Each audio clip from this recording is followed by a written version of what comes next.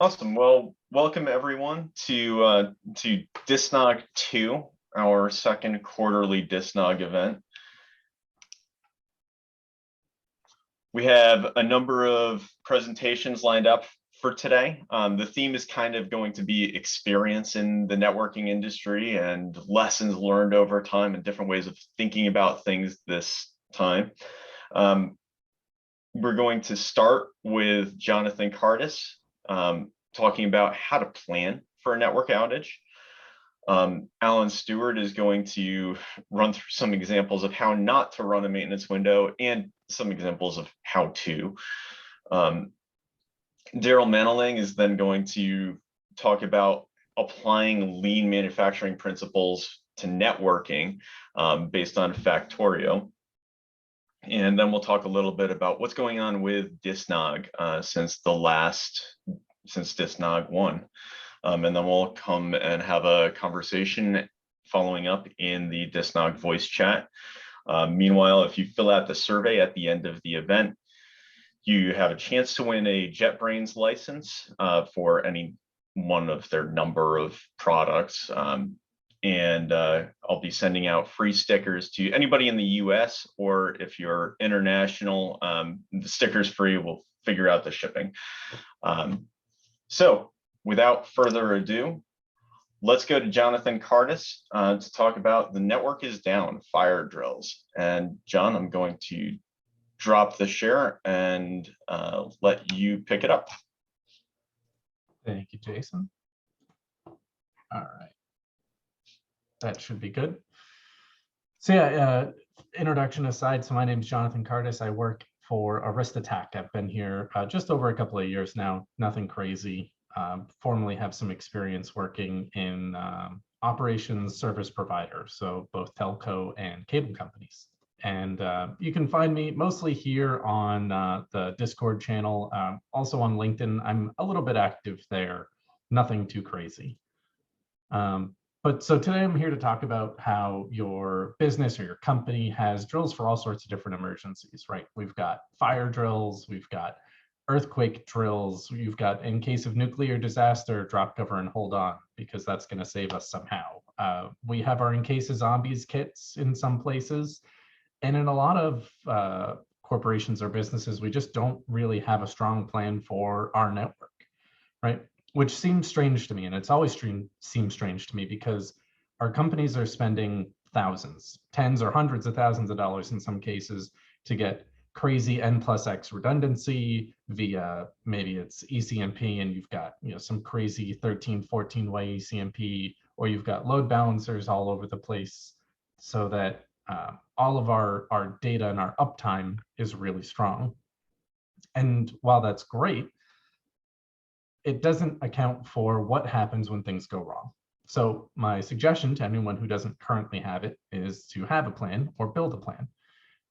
And to me, the first part of coming up with a strong plan for what to do when something's down is to have some guidelines on building a strong problem statement.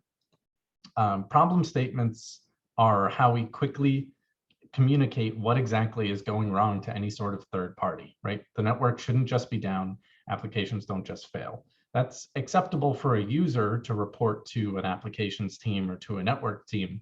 But as we're starting to engage our other technical resources, we should be able to do a little bit of preliminary troubleshooting to identify what exactly is going wrong, so that when we're engaging these other teams, they're quickly brought up to speed on what we're observing, right? And so to that end, what's in a good problem statement, right? So something that would be better to me is a little more complicated, like this. It's maybe less of a problem statement and more of a problem stanza, right? And you might have your initial statement followed by some interesting observations. So if hosts in a VLAN connected behind a certain switch are experiencing connectivity issues to hosts in other VLANs, that statement in and of itself is already giving us some sort of granular detail on what the underlying problem is. It's not just host A can't talk to host B anymore. We get something tangible to work with and to start narrowing down on our issue. So some other things that we might want to quickly determine is communication within the VLAN impacted or not impacted? Is it when we're communicating to the impacted hosts, is it always impacted, or is it intermittent? Is it intermittent to the same hosts, or is it just some hosts in the we'll say destination network, right? We might want to have a topology, or at least a brief explanation of, again, in the VLAN example, where is this particular VLAN deployed? Is this data center to data center? What sort of success and failure rates, what sort of tests were done? And we want to really build and evolve this problem statement every time we learn something new. And that new problem statement should be shipped to whichever third party we then engage. So if it starts with just a network team and an applications team, and you're looking at issues and it's pointing towards something with a firewall, well, you should tell the firewall team, hey, these are the tests that were performed that make us think that we want to start looking in this particular direction, right? And so more specifically with building a problem statement, if you, or how to build a problem statement, if you don't already have some guidelines at your company, there's sort of the basics.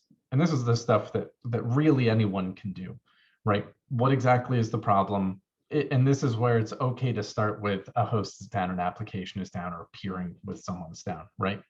When did it start, and how specific can we get that to be? Because when you're trying to sort through insane amounts of data, and I can say that because if you've got, say, 15 switches in a topology and you're trying to look through log messages or debug data, you want to really narrow that down to as small of a time window as possible to just minimize, how much time you're spent sifting, because the less specific you are, the more we have to sift through, right? Were there any changes involved? And this is where good change control structure can come into play, and having different teams aware of what change controls are taking place. And that's not just network change controls either. It could be application changes too, right? And then have we had this problem before? And this question in particular is also going to loop back in towards the end. But if you've had a problem before, then you hopefully have some documentation on that problem from previous instances, and can kind of work through what were the things that were checked and what was the root cause the last time, right? So aside from the basics, there's also the more technical. And this is part that I'd really like to focus a little bit more on, because a lot of this is what we can do in advance. We don't want to be figuring out how an application data flow is supposed to work on the fly. We definitely want our operations team to have some sort of reference document that says, this is the topology and this is the expected workflow. If my topology is what's on the right here, it would be really good to know that we're using MPLS between these devices, .1Q tags between these two devices, EVPN between these devices, etc. An understanding of this topology and how things are supposed to work ahead of time just saves insane amounts of time when something goes critically wrong and it's on the team to figure out, why is this broken? This is costing the company money. Along with that, isolating the issue.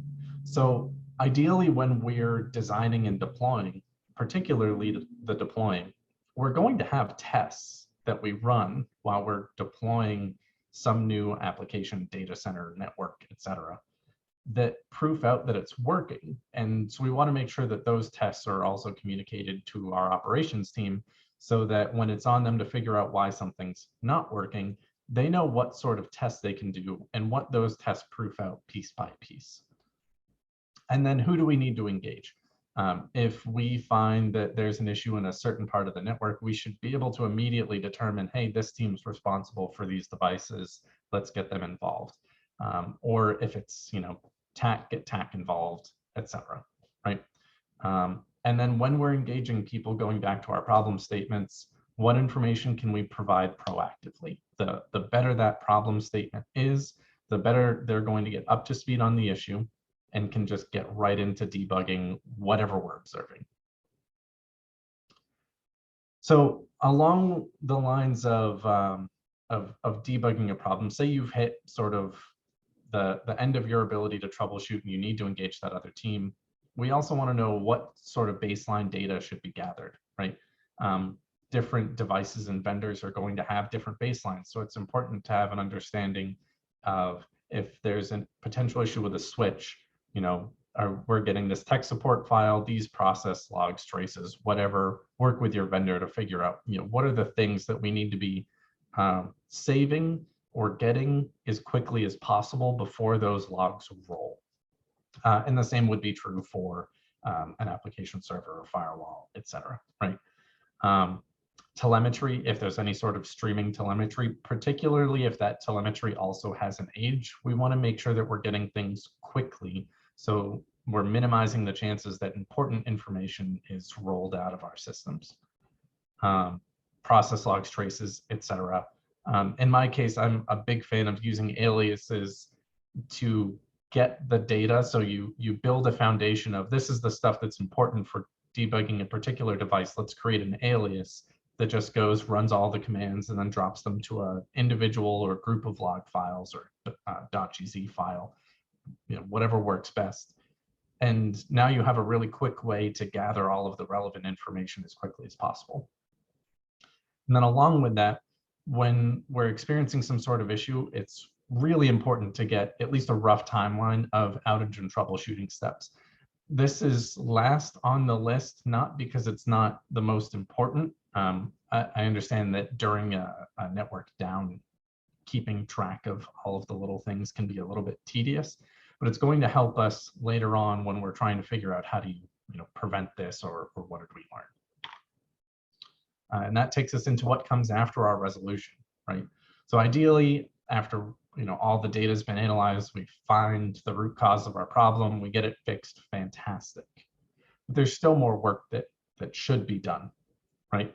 So we should have a strong problem statement along with the symptoms for what failed, all of our relevant, particularly the relevant data that was gathered. So say we gather a whole bunch of data all of the time, we want to know what was relevant to this particular issue, the troubleshooting steps that were taken, the history of the issue, if it was a first or repeat, and then our outage timeline. And we should use this data, right? We can improve upon existing processes and documentation to fill the gaps so that if this were to ever happen again, we can take our outage time from 3.5 hours down to 45 minutes, right?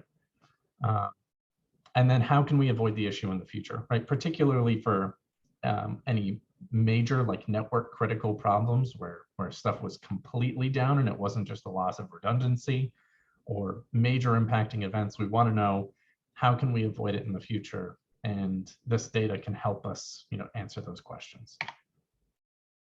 And just a couple of other considerations. This is a mix of observations from my time in TAC and ops. Small teams are more efficient than larger groups most of the time. In my experience, it's pretty much always been the case. And I can't say there's a one size fits all. But in general, I find that even the most critical of outages are typically resolved by 3 to 4 people. And they're resolved quickest when there's only like 8 or less people on the call. The more people on the call, the more noise that gets involved. And it ends up taking what could be a quick 10-minute, hey, let's go take a look at thing A, turns into a 45, 55-minute ordeal, and that's just frustrating for everyone involved. The other problem I find when there's really large groups on a call is no individual seems to be responsible anymore. It's like everyone is, but when everyone is, no one's taking charge, or there's a lot of people uncomfortable taking charge because there's some senior person on the call and they assume that person's going to do it. It gets especially tricky when you've got deployments that have multiple different vendors and you've got TAC from different companies on the call, and just who is supposed to be leading the troubleshooting efforts. And having an individual or a group responsible for that to take charge can make a huge difference. And then if there's multiple leads to chase, I really recommend breaking into smaller groups. From my experience in TAC, I can do a lot of offline analysis while people are doing other things. So even if it's break into a smaller group to get me a whole bunch of data while some other lead is being chased down, I can chase down my lead simultaneously. And so then we're not spending 45 minutes going through troubleshooting thing A on a single screen while I just sit here and wait. And then it gets to me and I go through everything that I would check. right? So the breaking off into smaller groups can be really beneficial. But the big thing that I'd like to leave people considering when we leave today is, what if we actually did network fire drills, right? If we have a plan with guidelines and expectations, it seems to reason that we could run legitimate drills. If you say to your ops team, hey, this application's down, can you help us out with that? They should be able to at least go run through some tests to prove that it actually is working right now, and here's the proof, and that's a reasonable drill. It builds familiarity with the deployment, sometimes across multiple teams. If team A can't do all of the checks alone, then they have to engage team B. Team B does their checks and says, nope, everything's great. You can see how long it takes to have those tests completed. It gives you an expectation of, if it were down, how long would it take to prove that there is or isn't an issue? You can start seeing who individually takes initiative at the company, which is, you know, pros or cons to each individual. I always like to know, hey, if something's wrong, who do I want to go to? Who's going to help? It can help us find gaps in documentation and processes, coaching opportunities, and ultimately it can reduce downtime. And that's the big thing here, because again, if we're spending thousands or tens of thousands on redundancy to improve our network uptime, let's take the 20 minutes to write a process for the individual things so we can minimize our downtime. And that's me. If there's any questions, feel free to field them now. If not, I'll always around in the Discord, so feel free to ping me there as well. Hey, Jonathan, I got 2 questions on the chat. The first one is from William Howard. He says, given that the same network error can cause different failures, depending on the situation / hardware / topology, how do you recommend documenting it? By root cause or by effects on the network? Ooh, that's interesting. I would probably go with by root cause. Yeah, that makes more sense to me, because I get what you're saying, where, and not only that, but you can have different root causes that end up having the same symptoms. It definitely gets the organization of that to be a little bit tricky, and there might not be a one-size-fits-all answer to that. But my gut feeling there is to organize by root cause. At least that way you are taking the thing that's really tangible and organizing by that, instead of trying to organize by something that's relatively intangible. If you were alternatively, I guess, or devil's advocate, if you were trying to build some sort of legitimate workflow, you might go through by symptoms instead, and then have symptoms that lead you to a bunch of potential root causes. So I guess, again, it really depends on what you're looking to build out with this plan. I prefer that organization by tangible, but that's my opinion on it. So it's going to be different for different people. Okay, and the second question is from an anonymous attendee. Should senior management be on the outage conference calls? Who are the 3 or 4 people typically on outage calls in your experience? Officially, I am not going to say anything about whether senior management should or shouldn't be there. My personal, completely independent of my current job, because I definitely don't want to upset anyone, is that they typically don't bring anything to the call.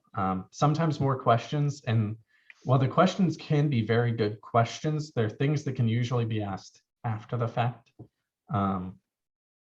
So an example of that is, if I propose a theory and a test that we can do in order to isolate an issue, I don't want to have 30 questions about, like, do we have to worry about that in other devices in the network right now? Like, right now we have a problem that we need to address. Let's figure that question out after the fact. And I feel like those are usually the questions that I get from senior management. That said, in other companies that I've worked with, some of the senior management have also been some of the best troubleshooters of the company. So I certainly don't want to ever say that they shouldn't be there. I'd say most often the people that are doing the majority of the actual work are not in those senior management roles. They're the people with the strong technical expertise, either having designed what we're working on, the deployment that's being worked on, or they've just worked there for a large number of years. I feel like most organizations have those kind of handful of really strong troubleshooters, and those are the people that really get things done. Actually, I have a friend who is very blunt, where the CEO was standing behind him, asking every 5 minutes if the problem had been fixed or what was wrong, and he just bluntly turned around and said, "Do you want me to talk to you, or do you want me to fix the problem? Choose." Exactly. Yes. We can't do two things at once. And another question that's always really frustrating to get and to have to answer is, well, how long until the issue is fixed? Well, I don't know. We haven't found the problem yet. Once we find it, maybe I can give you an ETA, but chances are pretty quick. And yeah, those types of questions and the constant back and forth just drains time from the ability to properly debug, whatever bad thing is happening right now. Okay, then I got one question from Jason. Are you aware of any published standards or good examples or problem statements or root cause analysis to help encourage an organization to embrace this? So I will say that as like this slide deck, we kind of review each other's before going live. It helps with typos, and even just if I'm unclear about something, someone else can point that out in advance. One of the other people in our Discord who either works at or has worked at Amazon pointed out a great public-facing webpage on just that. So maybe we can get a link to that in the Discord in the official Q&A section there. I think theirs was focused specifically on documentation of critical outages and how to avoid them. But it still goes through a lot of the same questions that I proposed in the slide deck, particularly the, when did it happen? What was the impact? Things like that. And so I guess the short answer to your question is yes. And the slightly less short is we should definitely get a link to what Amazon is doing, at least for that one aspect of network outages, because it is publicly available and it gives you a sort of standard that you can compare your own company against. Okay, those were the questions on the chat. Awesome. Well, thanks a bunch. I'm gonna go ahead and stop sharing here. And if there's any follow-up, feel free, again, Discord, I'm there all the time. Awesome, thanks, John. Next, we have Alan Stuart with how not to run a maintenance window. Alan, if you'd like to go ahead and share. Yep, give me a second here. Okay, can everybody see my screen? Yes, we can see it. All right, awesome.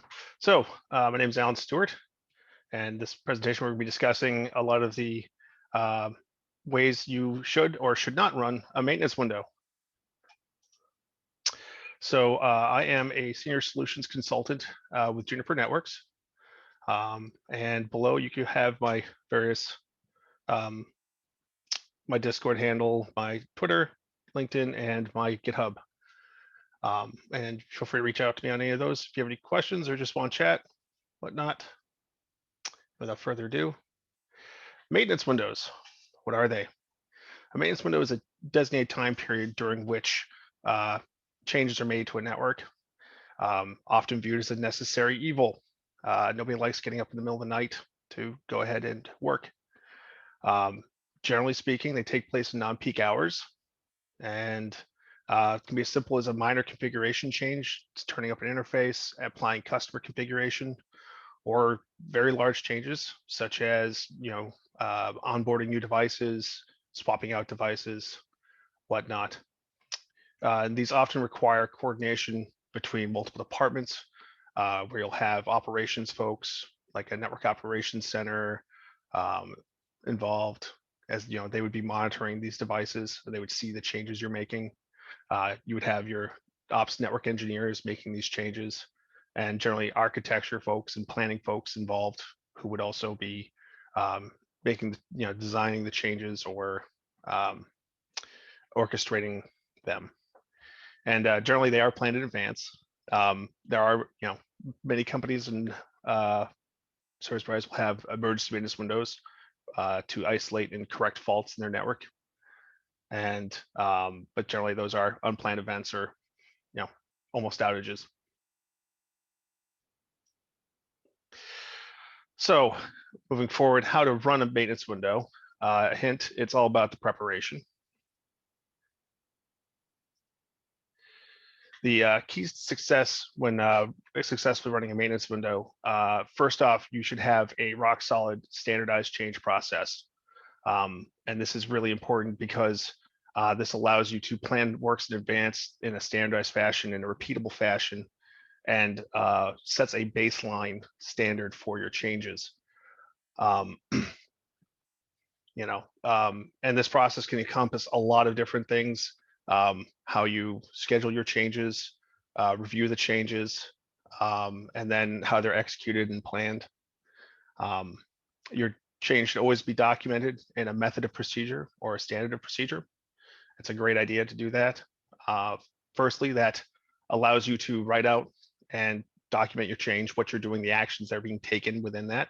So you have a reference that you can use during the change or after the change.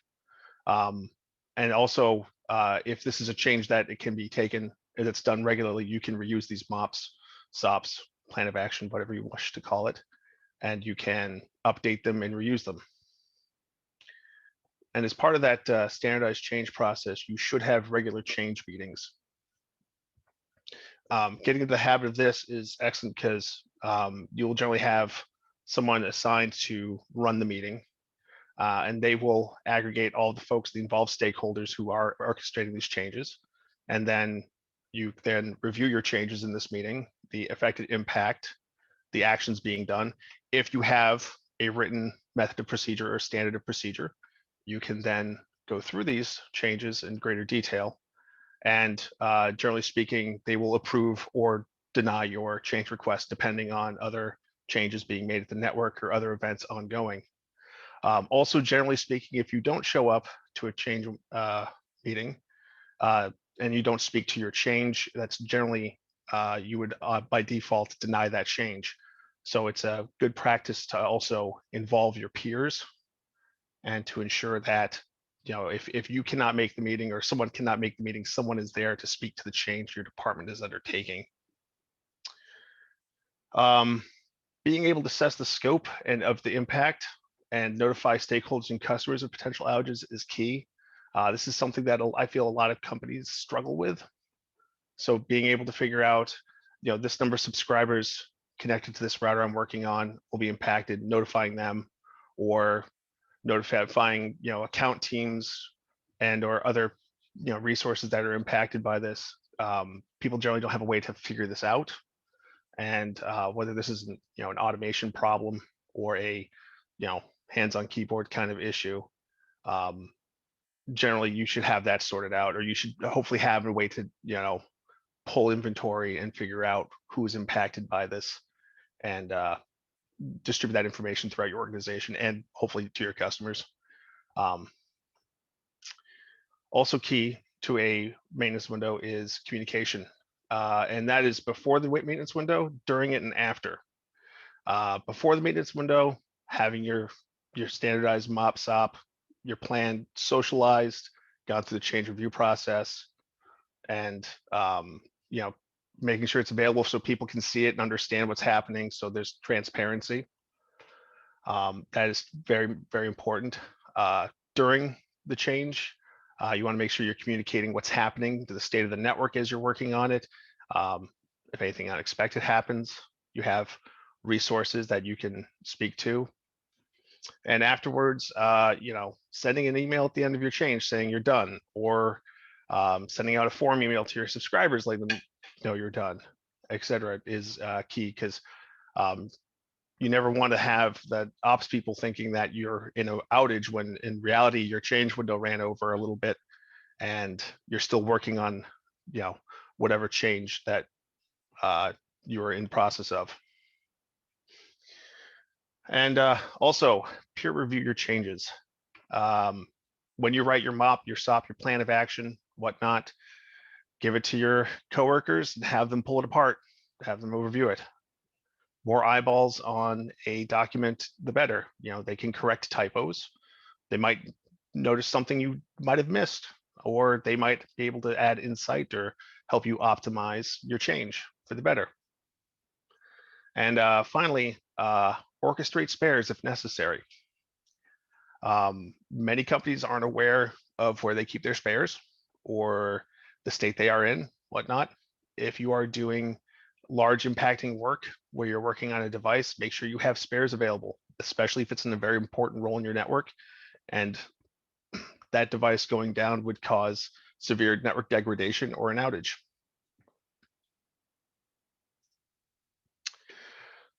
So I wanted to elucidate a little more on having a MOP or SOP.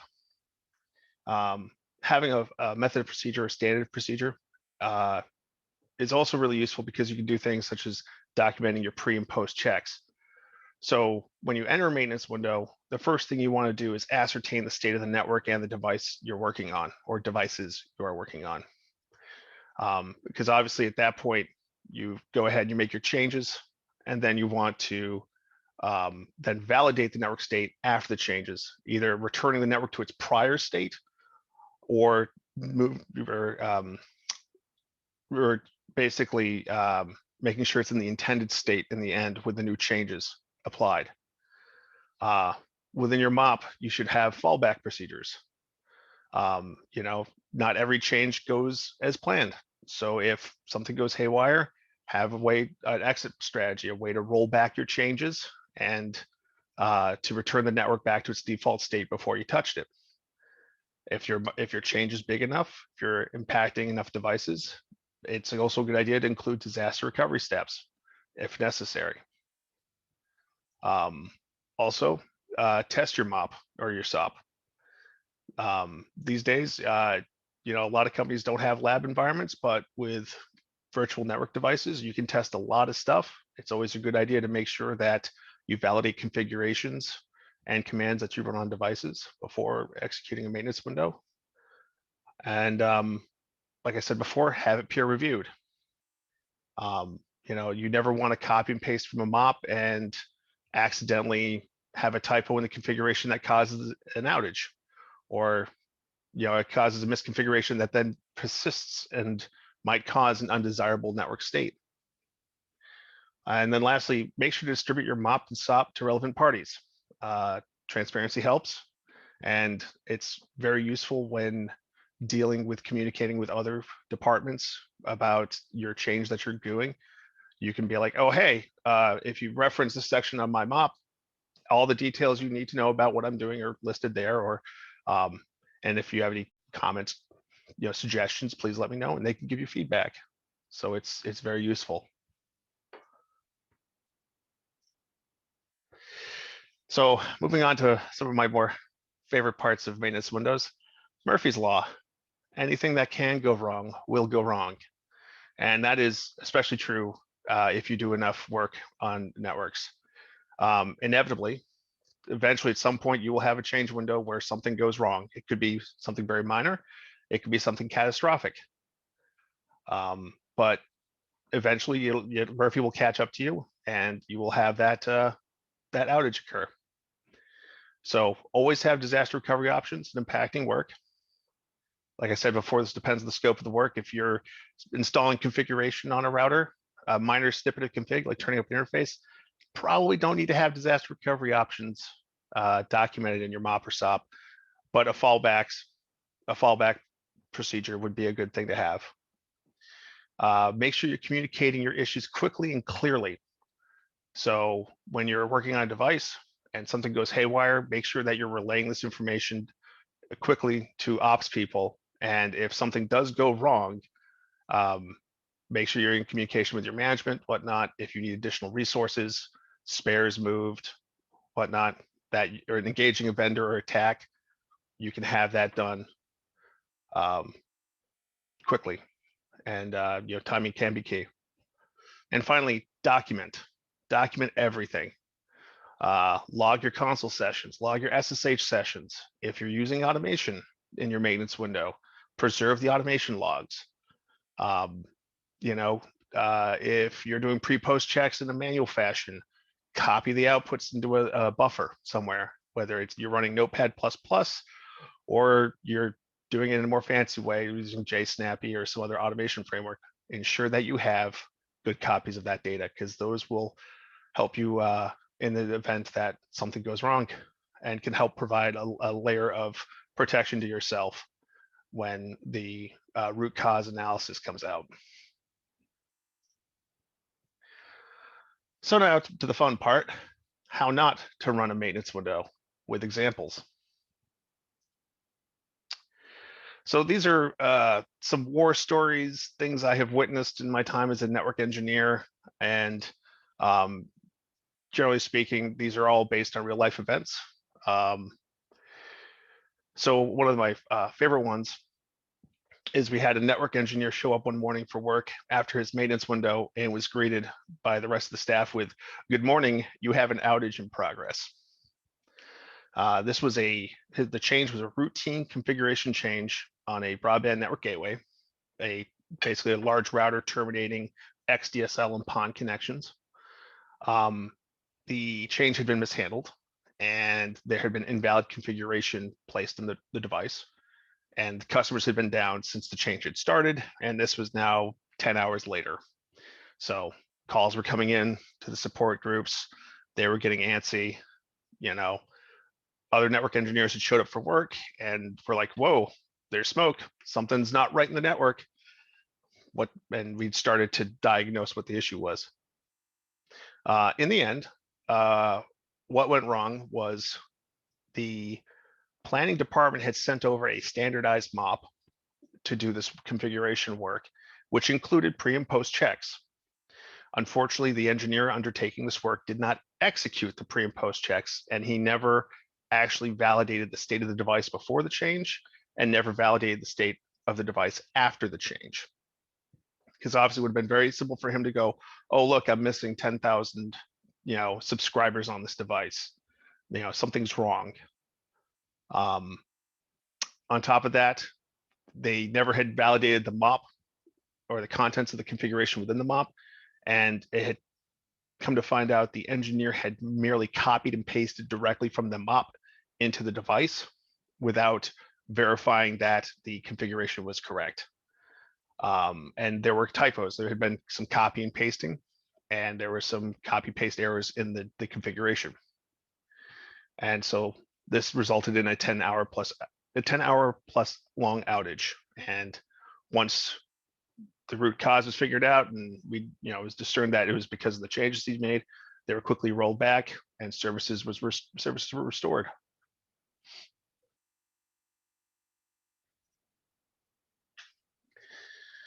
So one of my favorite outages to talk about is an outage I was directly involved in. And this is what happens when Murphy's Law strikes at a very bad time, and how you should try to recover how you can recover from a critical failure and come out the other end in a better state. So I was working on a Cisco 7609S, and we were doing a simple line card swap. The line card was throwing errors that indicated the ASIC was failing. One of the ASICs on the line card was failing. So this router was a really important router. It was where all of layer 2 terminated in this network, and it was a critical role. And it was actually, unfortunately, a bit of a single point of failure. And so what went wrong is the timing was poor. It was in early December, right before maintenance freezes. There was weather concerns. There was a blizzard coming in to the area that the router was located in. During this change, we had someone working as remote hands who was probably not qualified to work as remote hands, and they let the magic smoke out of the router. So in doing so, they had damaged the backplane and had shorted out the chassis, and the device would not boot. The fans wouldn't spin up, all the lights are out. So now we have hundreds of thousands of subscribers, carrier Ethernet circuits, everything else no longer working because that layer 2 termination point is now gone. So immediately panic mode. I immediately start calling, communicating. I contacted my manager, got him online, let him know what was going on, started looking for spares, started, documenting the outage, sending out notices that there was an outage, and rousting people and starting to get the whole process of solving this now outage going. So in the end, we were unable to locate a spare chassis. And those chassis that we could have stolen and used were located in other states. And the whole blizzard wasn't really helping with the transportation of that. We did contact our vendor and did get an RMA uplift to a 4-hour RMA window. Unfortunately, that was delayed due to the blizzard, as the couriers couldn't get to the state where this router was located and drop off the new chassis. And there really wasn't a disaster recovery strategy in place for the loss of a device this large in the network.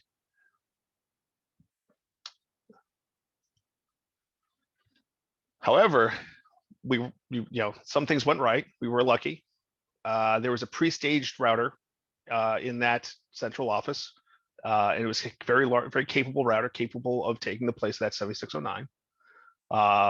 We mobilized an all-hands-on-deck effort to convert configuration and stand up this new device in a ad hoc fashion as quickly as we could.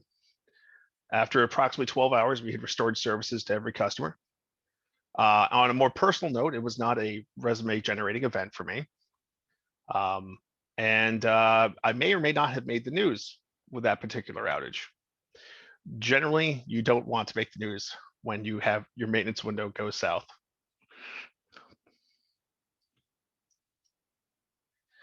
So the takeaways from this outage and this maintenance window: be aware of your sparing situation.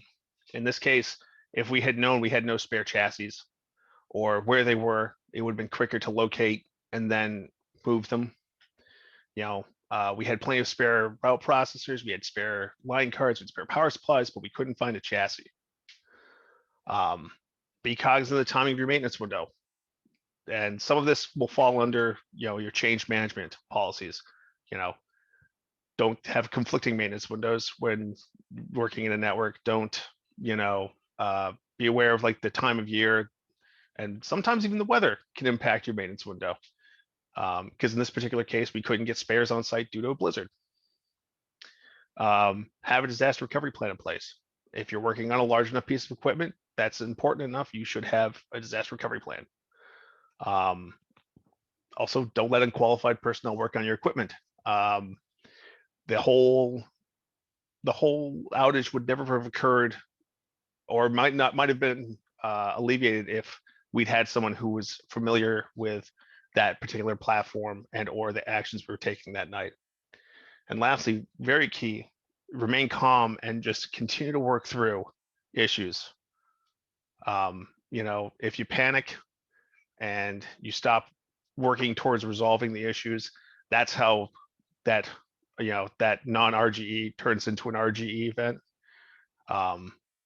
Because in the end, how you handle yourself during a failed maintenance window is critically important. And it'll be much more favorably looked upon you if you resolve the issue than if someone else had to. Just some real quick short stories. Not using proper tools. Have definitely seen and heard of technicians using rubber mallets to install line cards. Don't do stuff like that.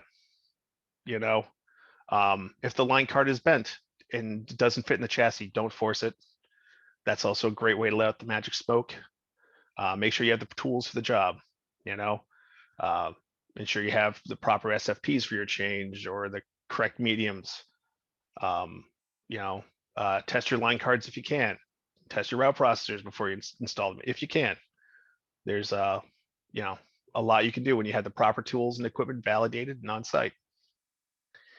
Also, one of the key reasons you should have a MOP or SOP is particularly due to this. This is another error that I had made early on in my career. I was working on an iOS platform I was unfamiliar with, and I did not have I believe I had a MOP written. I did not have it peer reviewed though. And there's a very big difference in iOS to no router ISIS, the domain, versus no IP router IS domain.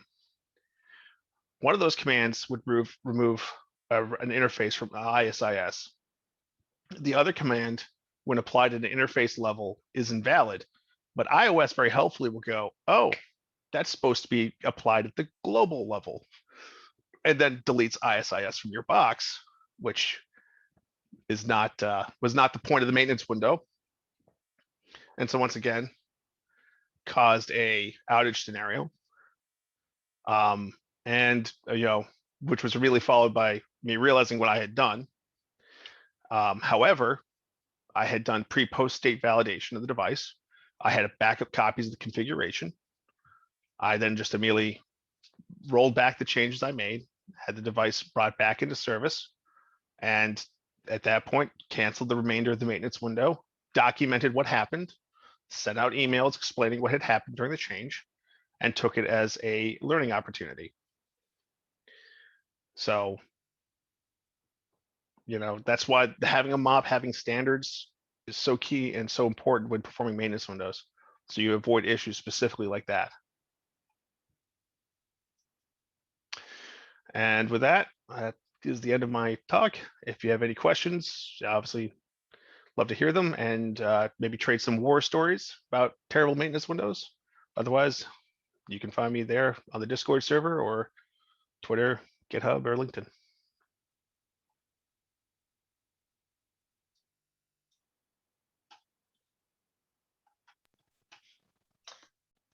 Thanks, I do Alan. not see any questions on the chat. So I think we can move on to the next speaker. Oh, and there is a question. What is the insertion force needed to install a line card? Would a day's training in installing just line cards help? Also, how can you predict everything that can go wrong in a maintenance window? Well, I mean, you can't predict everything goes wrong in a maintenance window. That's literally the why Murphy's Law exists. If something can go wrong, it will, and it could be anything. The insertion force need to install line card. I would refer you to your manufacturer of the device. I don't think they actually document those, but it should be very lovingly and gently inserted in the chassis, because you don't want to, break the backplane or the line card. And generally speaking, days training installing line cards just help? Probably not. And then James posted a truism that says every company has a lab network. Some companies even have a production network, a separate production network. Yeah, I think what James is getting to is not everybody has lab resources. But like I said, with virtualized network operating systems and compute resources being available to everyone these days, you should at least be able to do configuration validation at a minimum. Then there'll definitely be stuff you can't do unless you have physical hardware, but you try to get as much coverage and testing of your maintenance window, your MOP, as you can. That's the best you can do. I actually can jump in quickly. For one of my previous customers, I actually wrote a GitLab CI integration that would actually push the config to the device and do a show diff. And helpfully, this was a Juniper, so I could just roll back after that without actually activating anything. But you could check the syntax. Anyway, Jay Stuart has more of a comment. I would say it's equally important to not have a blame and point finger culture, as it's on having all the pre-maintenance steps completed. Oh, I definitely agree with that. It's human nature to kind of assign blame, but generally speaking, it's not constructive. So always try to focus on what's constructive. Documenting how it occurred and making sure that people are educated and never make those same mistakes again is critical. Focus on the takeaways, not why it happened. And I think at this point we're running over with timing wise, so I think we should close the microphone queue at this point. Sorry. Sounds good. I'll be in the voice chat and on the Discord server if people have more questions or stories or comments. Great, thank you. And I will say, maybe even if you do have a separate production environment, you probably still don't want to test insertion forces in the lab environment. That's not what the lab is for. But we'll move on to applying lean manufacturing principles to networking through Factorio from Darrel Manalang. Go ahead, Darrel.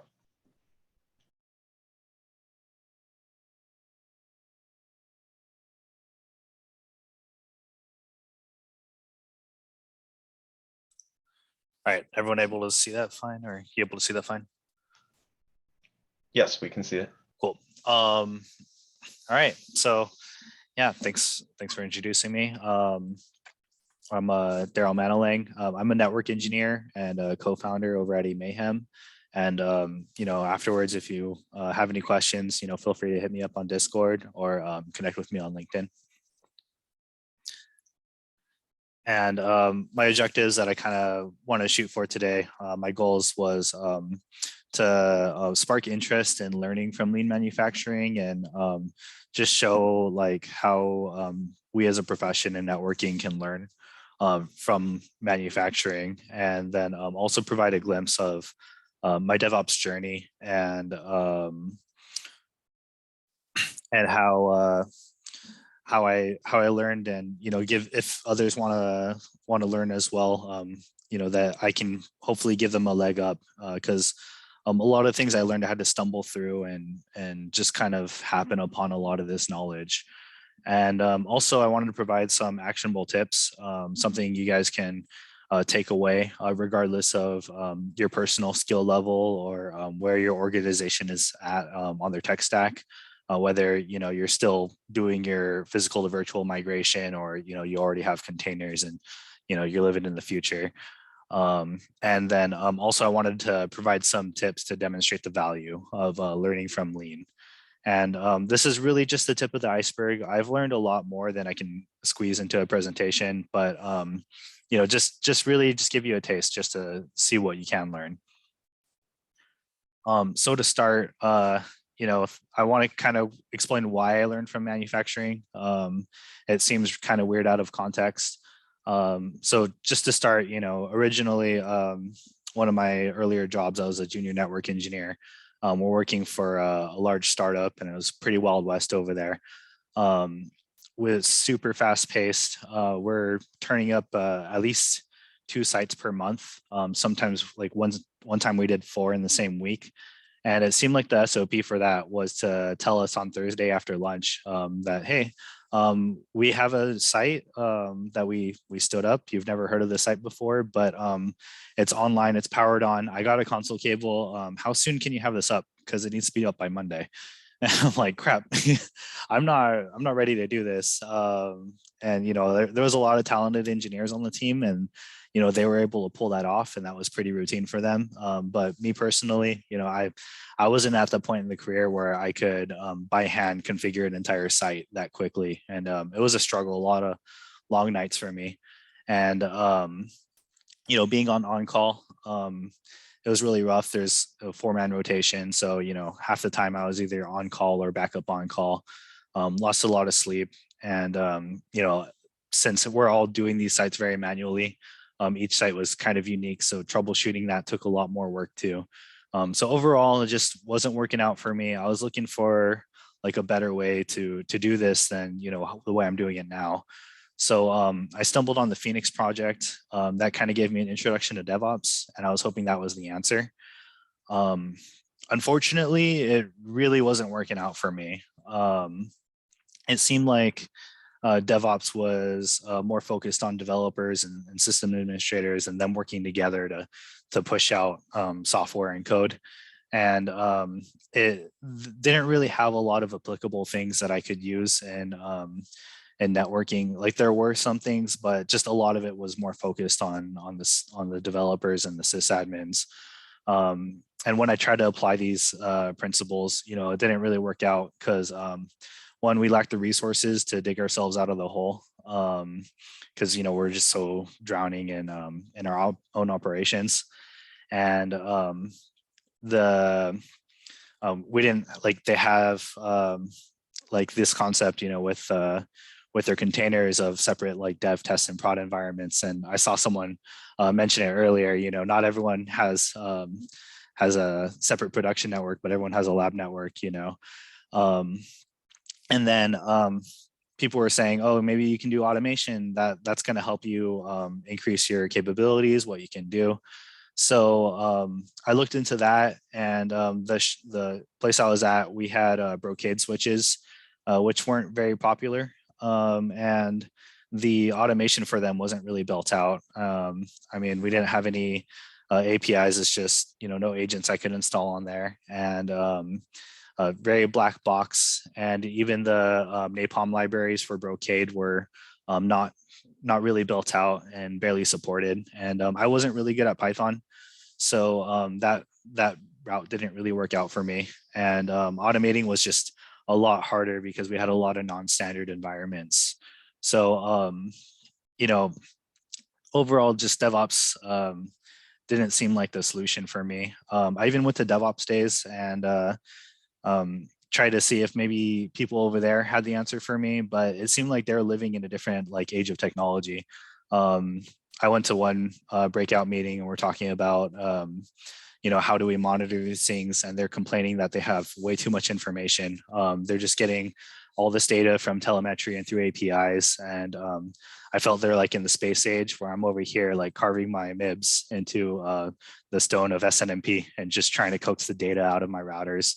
So yeah, overall, so I tried to find another way and maybe create my own methodology.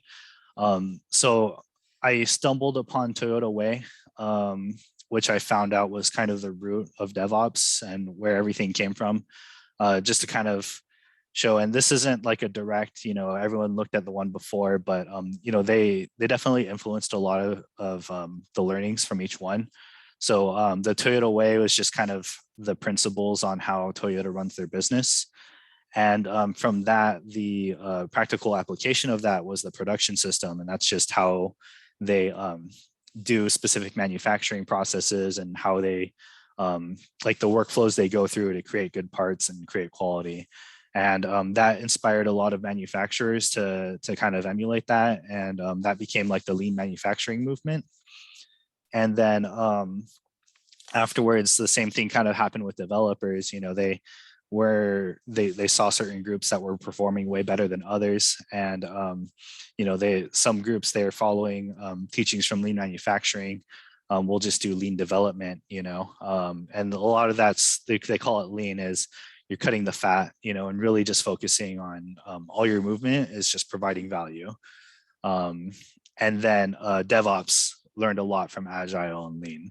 So I was thinking, you know, I'll go back to manufacturing, especially since a lot of the books I was reading, Toyota Way, The Goal, Deming, they all have examples in manufacturing.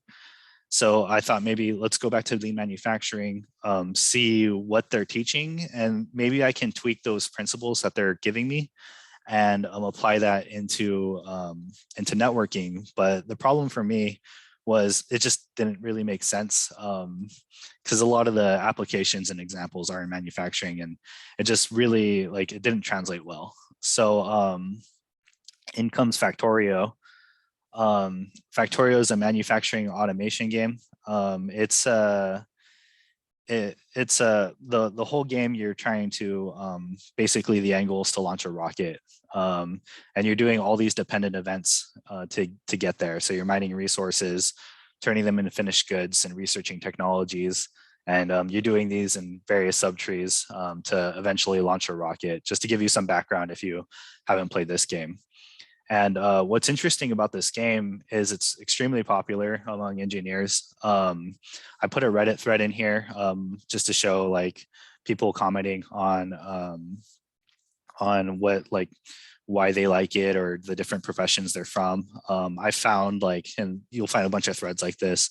This one specifically, there's like chemical engineers, civil engineers, a lot of software engineers, and, you know, I'm a network engineer and I like it. And they're talking about, like, why they like it and why it's so popular for them. And A lot of the answers I saw there was that it just felt a lot like working.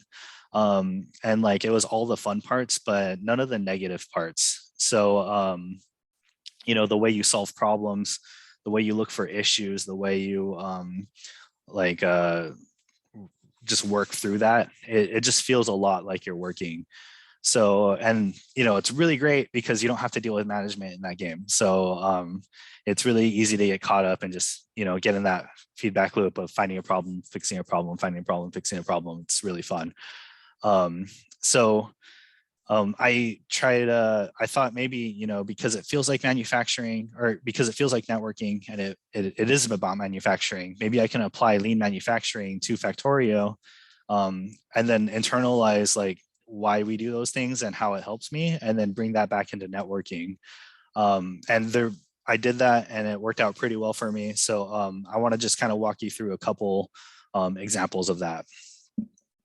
So to set the stage, we have, this is one of my workflows that I had, and it wasn't a good workflow. I have at the top left, you know, we're producing these subcomponents, these engines, and then we're shipping them over to another location where we're doing like the liquid manufacturing and applying the components together to create electric engines, shipping them back, and then assembling them together to make the purple science, which is the final component that is used to generate value. And you know, the workflow at the time, I didn't really realize that there was problems with this. But ultimately what it came down to was at one point I made a change, and that started starving the resources to the first workstation where I'm making the engines, and I stopped producing engines. And then I went about my day. I was doing more changes, doing other things, and then 2 hours later, I'm like, hey, my factory stopped. What's going on?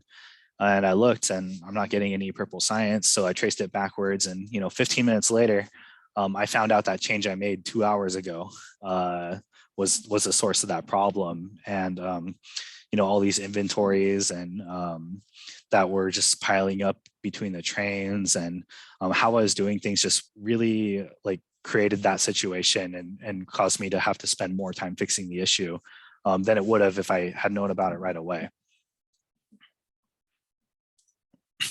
So I'll walk you through a couple of ways we can do that and then make improvements there.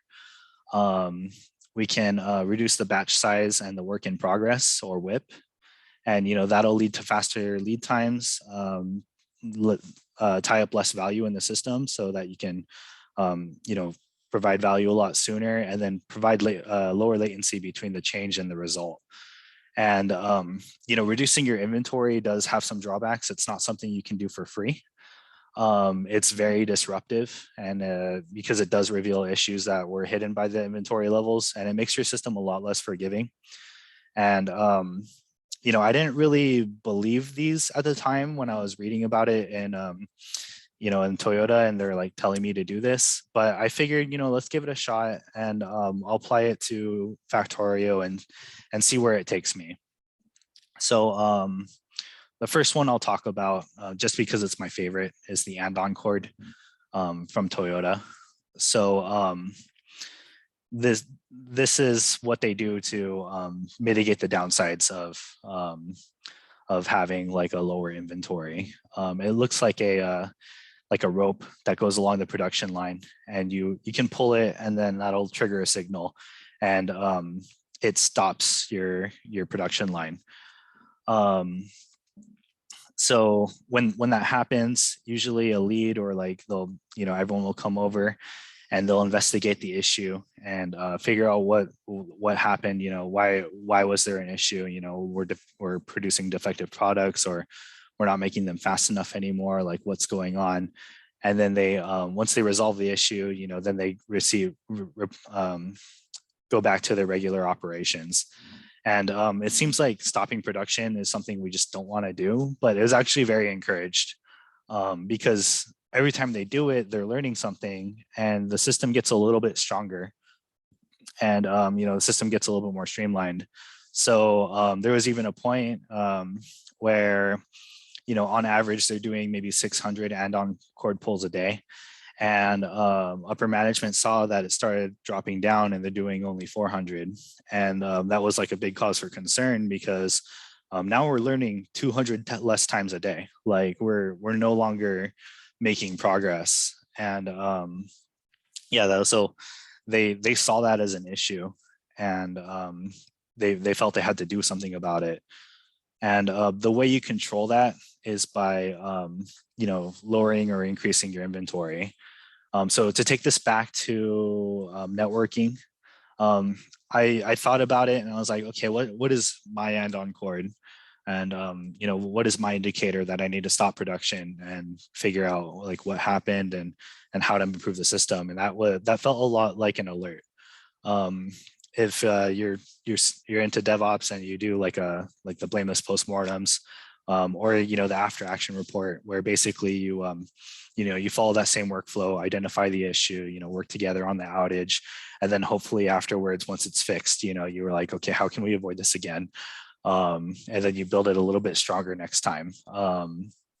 That felt like a lot like an alert there. So what I took away from that was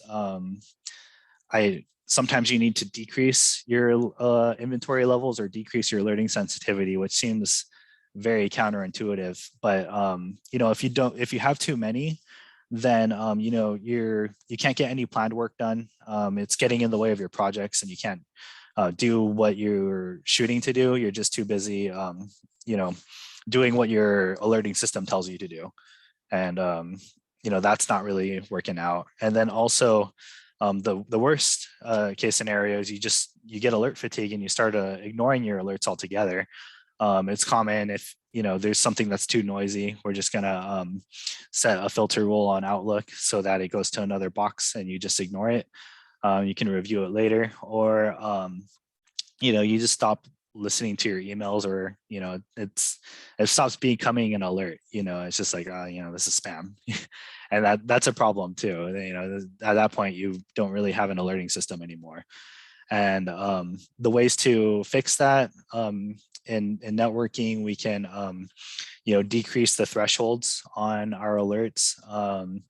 Rather than if it's down for 5 minutes, we can raise that to 10. And then we could decrease like the packet loss, or maybe if it's a non-outage producing event, we can consider maybe this can be a notification or something that's just pushed off to a dashboard that you can review when you have extra time. And then too few, that's a problem too, right? Because we're no longer learning. And if we're no longer learning and we're no longer improving the system, because everything's always changing, you're falling behind, or your system's getting older, it's degrading, and chances are it's just getting worse. So we'll want to increase the amount of alerts we're receiving to counter that. And ways we can do that is the inverse is we'll increase the sensitivity of our alerts. We can alert on rather than just simply outages, we can alert on redundancies failing, so that we can fix those proactively. And then or we can like alert on inconveniences to the team. And the ways we can control the inventory too, or the amount of like work in progress, there's a couple strategies. So the first one is to reduce your batch sizes. And in manufacturing, they do it so that you can provide value sooner, and you get all these benefits. The way they actually accomplish it is, say they have a certain amount of workload that they need to complete before they move it to a different workstation, and they complete. They move on to another batch. Say you have a batch of 100. If you decrease that batch size to 50, obviously, you're gonna pass it on to the next person so that they can move it down further down the line, and that the overall individual pieces in the entire system, they move through the system much more quicker when you have smaller batches, and they get turned into value sooner. Back to my train example, if you look at all that inventory I had built up in the trains. It took me 2 hours for an individual part to realize, get to the end and realize value. Where after I made this change, I reduced the inventory and the batch size. That became a 5-minute turnaround from something getting created or gathered as a raw resource to being turned into value.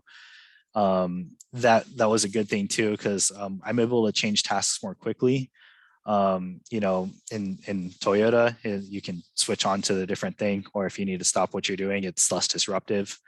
And Factorio, that enabled me to move things around more, because all that built up inventory, I had to either consume it or move it before I could really change how it works, or, you know, turn off that portion of the factory.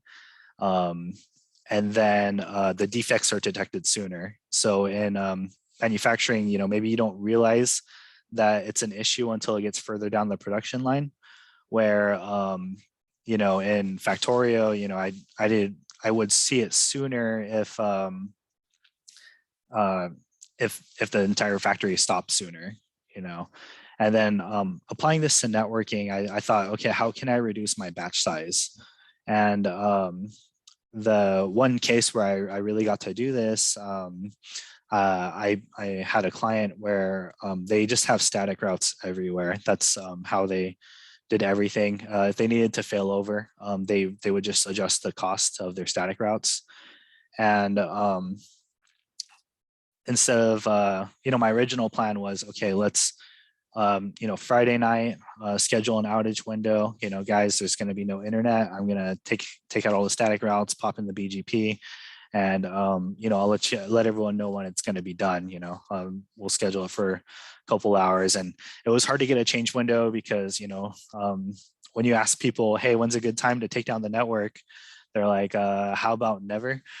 So that didn't really work. And, you know, it just would have been a pain to test everything because, you know, it touched everything. So I thought, you know, let's reduce the batch size to just the smallest thing I could, which was one route. So when I proposed this change to management, I was like, okay, I'm just going to touch the printer subnet. The potential issue or scope of the impact, if I mess this up, is that people won't be able to print using the print server. But, you know, they can connect directly. So it's not going to be a huge deal, but we'll see the issue. And because of that, I was able to get that scheduled in the middle of the day. I was able to do this at 2 p.m. or 4 p.m. on a Tuesday. And I pushed the change through, and I was able to get that fast feedback instead of, you know, if I did this on a Friday, I would have not noticed until maybe I walk in on a Monday morning. Where with this, you know, I was able to see right away, maybe the tickets are coming in. If I see something print related, I'm like, okay, it's time to roll back, you know, and that shows the value and provides like a proof of concept for whether or not this change is actually valid or not a lot sooner as well. And that fast feedback really helps because I'm able to adjust my my workflow sooner. You know, if I had done that on a larger scale, you know, it would have sucked if I'm like halfway through the change and I'm like, you know what, this BGP thing, the way I designed this is not going to work. Where with this, you know, I was able to prove with just one route, and I within like, you know, 10 minutes of change that this would work, and we could roll it out afterwards. So yeah, that worked out really well for me. And then another thing I learned was that work in progress is a really bad thing. You think having a large inventory and just is really great because then you're prepared for a lot of situations, but it really slows you down. In manufacturing, when you have like a large inventory, that's a lot of money just sitting on the shop floor that you could be spending on other things, but it's just sitting there not helping anyone. And that's value or money that you could be using on other things, and, you know, bring it into different workstations. And it also consumes space, and, you know, that they're in the way. So in networking and well, you know, I saw this in Factorio. So I found that out firsthand. And then I was able to bring that over to networking, and I realized like it's actually a lot more dangerous in networking, just because once I realized what our inventory was, like I saw it in the form of like my incomplete tasks and my incomplete projects. There's no, like, I don't put them in a box. It doesn't fill. That I have unlimited storage on incomplete networking work. So you know, every time I built up that inventory, you know, that's not helping anyone, and that's not providing any value. That's not reducing the number of outages or helping me sleep better at night. So you know, that was a huge concern. And so I try to figure out like, okay, how can I reduce my inventories? And in Toyota, the solution to this is to implement what they call a pull system. The standard way, or like the intuitive way to solve a problem or provide value, is, okay, let's just do a few things. You know, I think this will help. You know, maybe I'm trying to reduce the number of outages I have. I can implement a syslog server.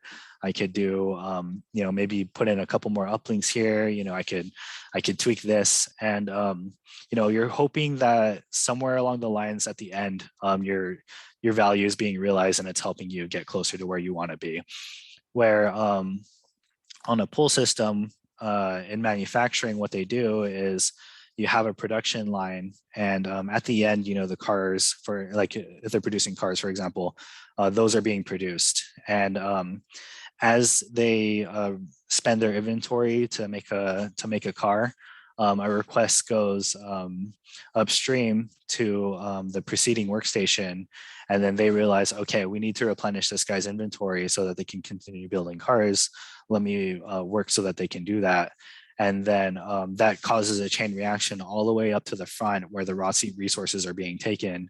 And you know, we're pulling the value through the system, and it's only going in the direction of the end goal. So I apply this to networking and how I do my work.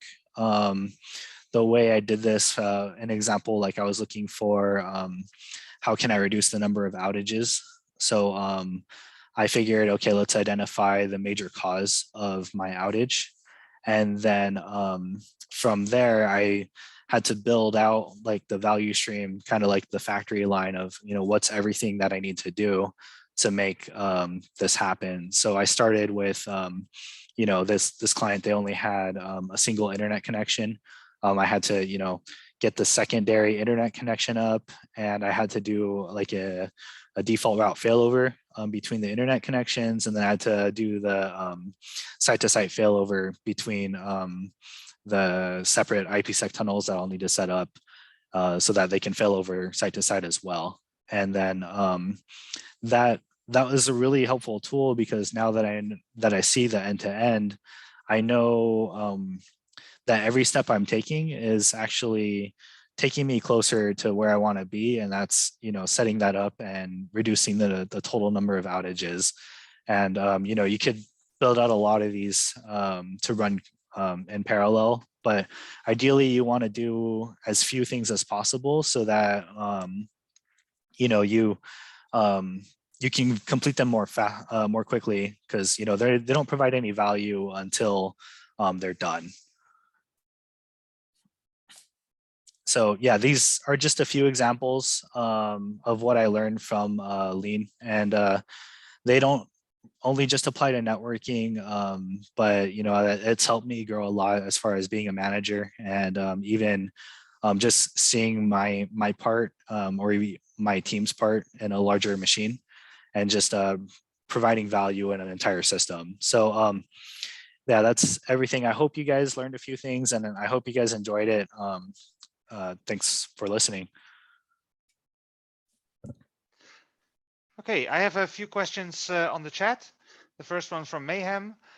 What would be a better POA? A lot of little maintenance changes, for example, doing one change at a time on a nightly basis, or doing big changes, for example, bulking changes on a weekly basis, and why? Yeah, so of course this is going to depend on your specific situation. in general, and this is something I learned from DevOps specifically, is in a perfect world, you would be doing a bunch of little changes all the time so that you could see the value sooner. Because if you're doing like a big change on a weekly basis, you're waiting till the end of the week till you see the value. Where if you had breaking this down and you're able to do like one thing on Monday, you're now seeing the value of everything of that change you did on Monday throughout the week. And it's also easier to see like whether or not your change was valuable or not. And it's easier to adjust because, back to, the previous presentation, you have to do all that prep work to create that change, and getting that bigger change in is a lot more, if you, especially, Murphy Law is just going to come and get you, and reducing that scope reduces, how Murphy's reach essentially. So, yeah, in software development, they talk about even doing, a bunch of changes throughout the entire day. Like Netflix, for example, they minimize the scope and minimize the batch by, only hitting a certain region or certain subset of users at a time, so that they could do that during the day, use that to kind of determine whether or not that causes issues or not, and then move on. Okay, then we have a question from William Howard. The introspection and inspection of the network and the team sounds like it took a while. What kind of design / implementation time did you have for this? A couple of months? ? So introspection and inspection of the network, is that like I guess an overall of like what's causing the outages, or I'm not quite sure what you mean by that. Let's see. More like how you figured out what applies to what. Okay. What applies to what? Oh, like as far as taking this back from Factorio to networking, or just functioning as a networking as a whole? Okay. I'm assuming you're talking about bringing it back to Factorio. Is that right? Because you said yes.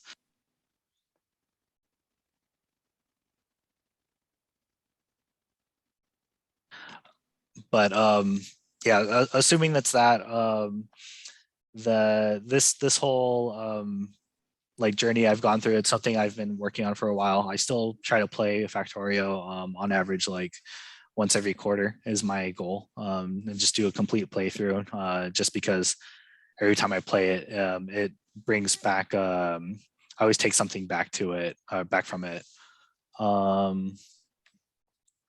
Yeah, and that it wasn't so much like how to build a functional business plan, because a lot of this isn't something you're ever done doing. That's why you have full-time network engineers in a lot of places. It's something you want to just build and iterate on, kind of like the and-on chord, and using that, you want to cause those outages and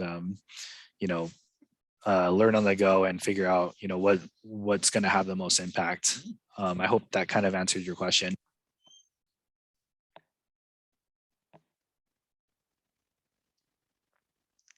He says yes. Okay, then I have one more question from James.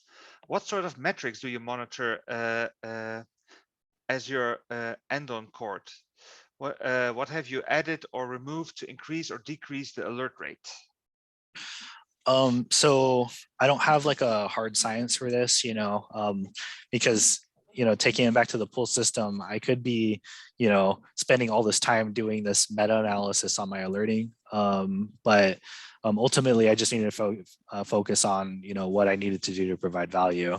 So it's really just kind of a gut feel and eyeballing it. Maybe if I was doing this on a larger scale and I had like a larger team, I might, actually take metrics against it. And if I were to, I'd probably do, what percentage of alerts are actionable and what percentage of alerts are we actually like doing something about it? Because, when you have an alert and it just sits there, that's that's kind of a form of waste, and that you're building up this inventory for no reason.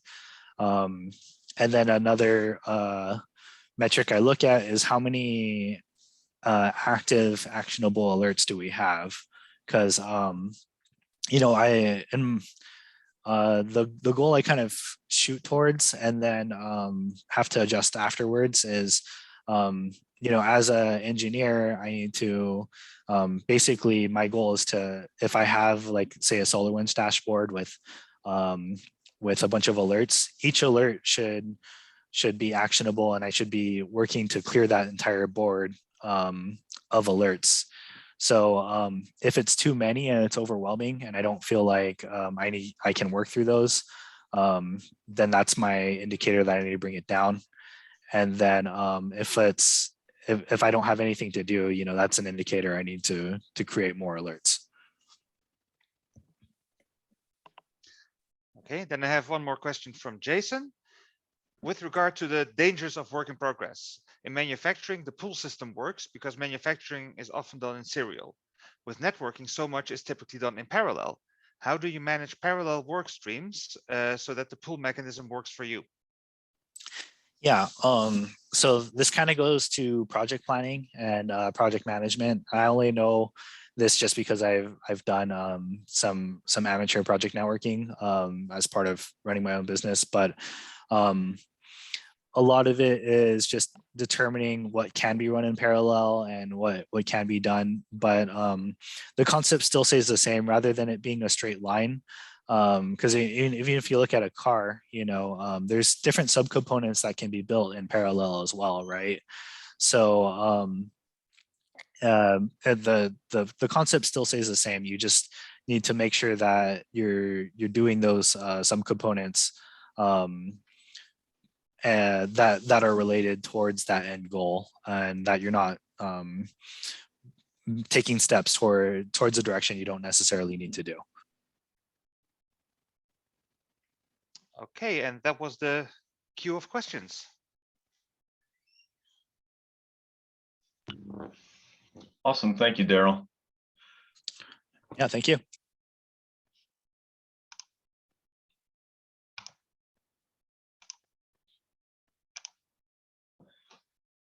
Okay, so community updates and announcements. Fortunately, unfortunately, there's not too much in the way of updates for today. Just a couple call outs. First of all, thank you so very much to the Global NOG Alliance for helping us out, providing the Zoom webinar platform for us to use here. This, I think, worked pretty smoothly for us. Secondly, if you are interested in presenting, if you know anybody who is or might be in your organizations, the call for presentations for DisNOG 3 should be coming out soon. And I would definitely appreciate you forwarding that on so that we can get some more content in here. Let me head and move forward. So there are, you know, plenty of opportunities to get involved here. As it stands right now, I shouldn't say I've been the sole developer. I have had contributions from others, but we need more contributions in terms of developing the website and the bot. The bot is going to need to be rewritten because the underlying framework is discontinued. So that's going to take some time. Anything you create that can benefit the community, would love to have anything that you can help out with in terms of logo design or anything that you think is going to help out DisNOG. And finally, fill out the survey. You can see the link here. It is disnog.org/survey-DEC 2021.